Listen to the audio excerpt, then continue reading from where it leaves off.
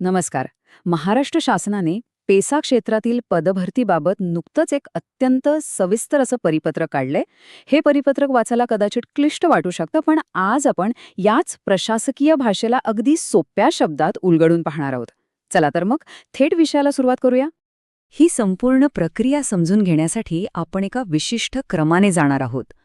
आधी संदर्भ आणि पेसा क्षेत्रातील आरक्षणाचे नियम पाहू, मग नॉन पेसा आणि अतिरिक्त पदांचं समायोजन कसं होतं ते समजावून घेऊ, सर्वोच्च न्यायालयाच्या आदेशांचा संदर्भ काय आहे हे बघू आणि शेवटी शासनाच्याच एका उदाहरणाने हे सगळं गणित स्पष्ट करू. सुरुवातीला पाहूया संदर्भ आणि व्याप्ती. तर हा जो शासन निर्णय आहे तो सामान्य प्रशासन विभागाने 4 मे 2026 रोजी जारी केलाय. मंजूर पदे नेमकी कशी विभागली जावीत आणि ती भरण्याची पद्धत काय असावी यावर स्पष्टता आणण्यासाठीच शासनाने हे पाऊल उचललंय. आता यातला सर्वात कळीचा मुद्दा असा की ही नियमावली सरसकट सर्वांना लागू होत नाही. ती फक्त आणि फक्त पेसा क्षेत्रातील 17 अधिसूचित संवर्गांसाठीच मर्यादित आहे. नोकऱ्यांच्या नियुक्त्यांमध्ये एक प्रकारचा समतोल राखण्यासाठी ही एक खास स्थानिक व्यवस्था तयार करण्यात आली आहे. आता वळूया पेसा क्षेत्रातील आरक्षणाच्या नियमांकडे.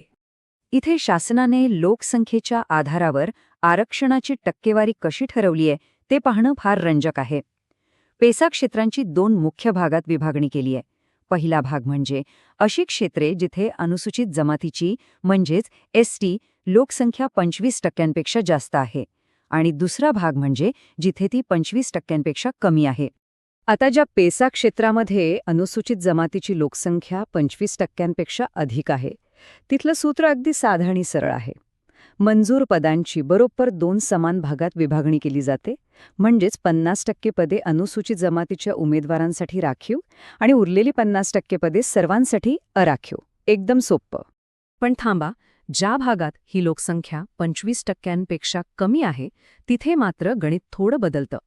तिथे 25% पदे अनुसूचित जमातीसाठी, 25% पदे इतर राखीव प्रवर्गांसाठी आणि उर्वरित 50% पदे अराखीव ठेवली जातात.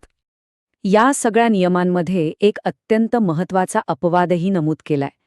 25% लोकसंख्येच्या या विभागणीतून पोलीस पाटील आणि कोतवाल या 2 पदांना स्पष्टपणे वगळण्यात आलंय.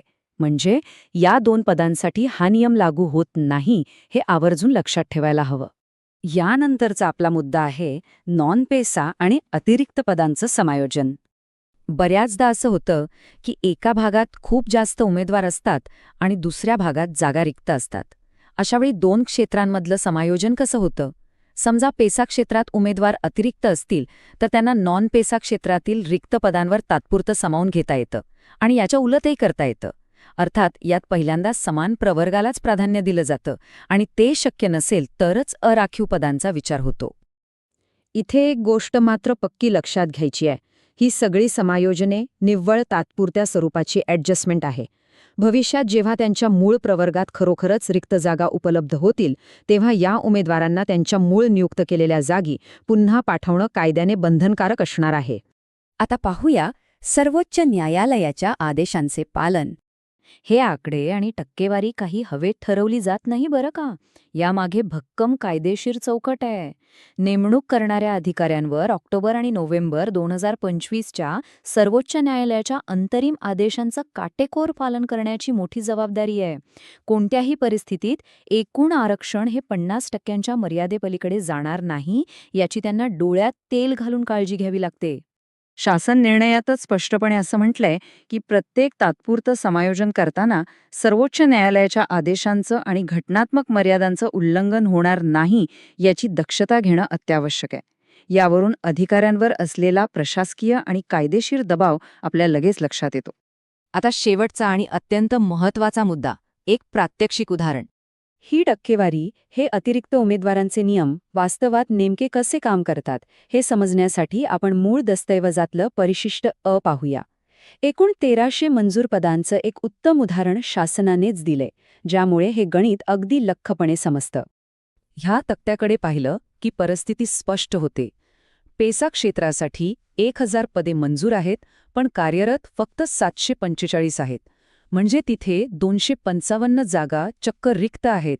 तर दुसऱ्या बाजूला नॉन पेसा क्षेत्रात 300 मंजूर पदांवर 320 लोक कार्यरत आहेत, म्हणजेच तिथे 20 कर्मचाऱ्यांची संख्या अतिरिक्त म्हणजे सरप्लस आहे. मग आता उपाय काय? आपण मघाशी जो समायोजनाचा नियम पाहिला तोच इथे लागू होतो. नॉन पेसा क्षेत्रातील जे 20 अतिरिक्त कर्मचारी आहेत त्यांना पेसा क्षेत्रातील त्या रिक्त जागांवर अगदी सहजपणे पण केवळ तात्पुरत्या स्वरूपात सामावून घेतलं जाईल. यातून दोन्हीकडचा समतोल अगदी अचूकपणे साधला जातो. तर या सगळ्या प्रक्रियेचा विचार करताना एक प्रश्न नक्कीच मनात येतो. जेव्हा आपण शासनाचे असे क्लिष्ट शासन निर्णय आणि प्रशासकीय गणिते बारकाईने समजून घेतो तेव्हा आपली सार्वजनिक प्रशासन प्रणाली किती पारदर्शक आणि सोपी वाटू लागते, नाही का? या माहितीमुळे